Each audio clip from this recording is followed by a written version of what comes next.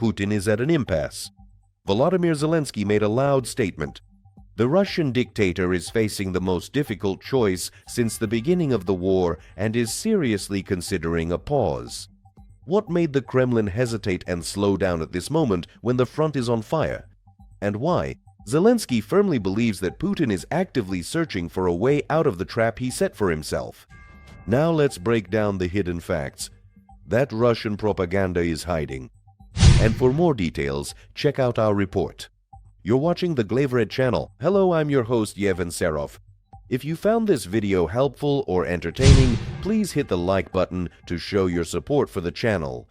We would also love to have you join our growing community, so please consider clicking the subscribe button and turning on the bell notifications so you never miss any of our future uploads or new content coming your way very soon. Zelenskyy noted that there is currently a fierce debate in the Kremlin about a pause. This is not peace and not the end of the war, but an attempt to freeze the fighting in order to restore shattered units, stockpile missiles, and, most importantly, stabilize the internal situation.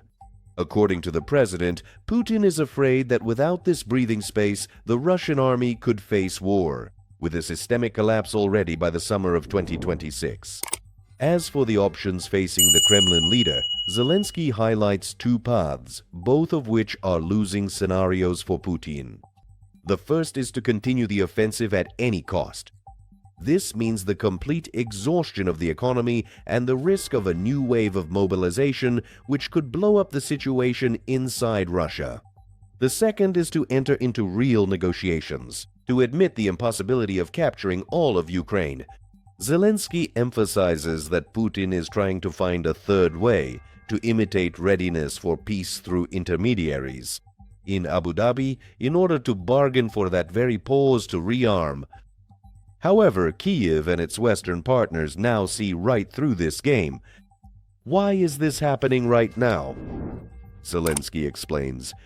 Our defense forces and strikes on Russia's rear logistics have created conditions in which every meter of advance costs Moscow dearly. It's too expensive. The president is confident that if Ukraine maintains its momentum and receives the promised aid packages from the states, the difficult situation, Putin's choice, will turn into his strategic defeat. Zelenskyy says directly that time is working against the aggressor. A pause, the very thing the Kremlin dreams of. They need it like air, but Ukraine has no intention of giving the enemy a chance to recover its strength. Putin is hesitating, and this is a direct result of the resilience of our soldiers. The only question is whether he will dare to accept reality or continue to burn his own country in the fire of war. Zelenskyy has made his choice to stand until the end.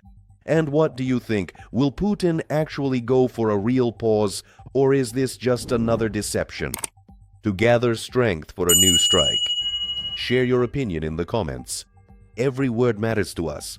Give this analysis a like, subscribe to the channel, and hit the... Make sure you also click on that little notification bell icon right next to the subscribe button so that you will be instantly alerted every single time we upload a brand new video to the channel, ensuring you never miss out on any of our latest updates or exciting content in the future.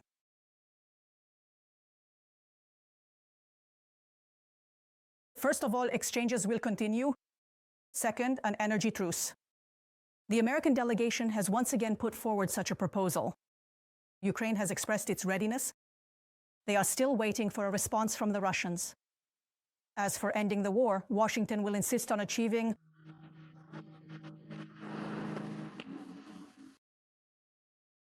This should happen at the beginning of summer because after that the Trump administration will focus on domestic policy and preparations for the midterm elections, Zelenskyy noted.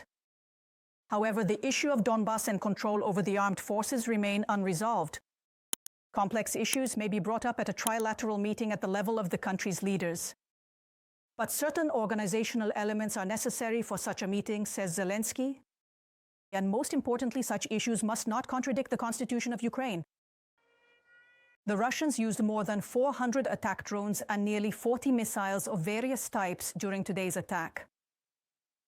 The president shared photos of the aftermath of the enemy strike on social media. Once again, the occupiers have chosen terror over diplomacy, Zelenskyy wrote. That is why it is important that everyone who supports trilateral negotiations deprives the Kremlin of the opportunity to pressure us with coal.